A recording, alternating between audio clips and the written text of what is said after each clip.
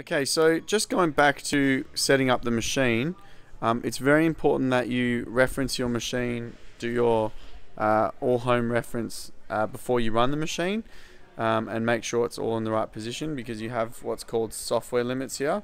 So you want to make sure you click software limits. That way it's not relying on the machine's hardware limits to stop it from going over travel.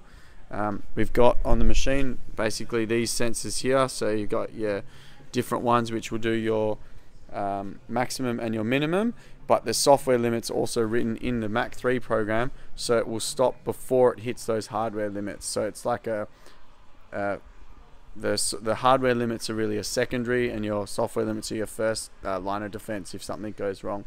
So make sure you have that ticked, because if you don't, then it's only relying on your hardware limits, not software. Okay, so we're going to load a program now.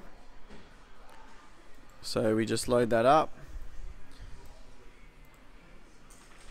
Select our file, which we can see now is loaded up here. And we can see its graphic configuration is over there.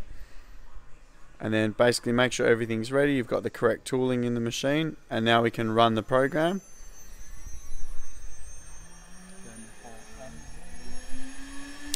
So what will happen, the machine will get to its main speed, and it will come down to this M00, and it'll pause and hold, and then push start again, and now it will actually start operating.